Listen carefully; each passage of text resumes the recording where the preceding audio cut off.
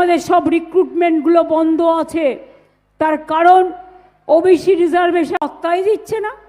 ইলেকশনের সময় হিন্দু মুসলিম রাজনীতি করতে আসে, বিভেদ করতে আসে, বৈষম্য করতে আসে, ভাই বোনে ভাগাভাগি করতে আসে। আর যখন গঙ্গায় ভেসে যায় ঘরবাড়ি তাকিয়ে দেখেন না, যখন বন্যা হয় তাকিয়ে দেখেন না।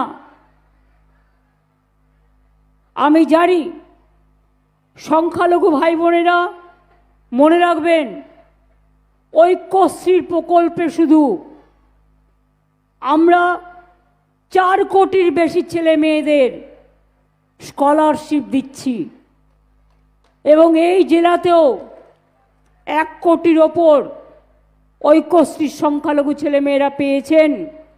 তাছাড়াও জেনারেল স্টুডেন্ট যারা হিন্দু মুসলিম শিখ ইসাই অল সবুজ সাথী পেয়েছে, কন্যাশ্রী পেয়েছে, তপশিলি আদিবাসীরা তারা শিক্ষাশ্রী পেয়েছে। আর ওবিসি ছেলে মেয়েদের জন্য মেধাশ্রী আমি করে দিয়েছি।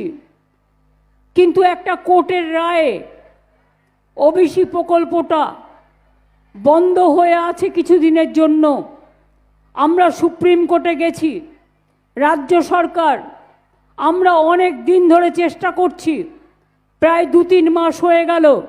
এর ফলে আমাদের সব রিক্রুটমেন্টগুলো বন্ধ আছে, তার কারণ ওবিসি রিজার্ভেশন না হলে আমাদের রিক্রুটমেন্টগুলো কি করে হবে, চাকরি কি করে হবে, পড়াশুনোগুলো থমকে গেছে। এই সমস্ত অসহায় ছেলে মেয়েদের আমরা সরকার নিজস্বভাবে চেষ্টা করছি যাতে এটা তাড়াতাড়ি ফয়সালা হয়ে যায়। ভরসা রাখবেন, আস্থা রাখবেন, আমরা আমাদের সাধ্যমতো করছি এবং করব।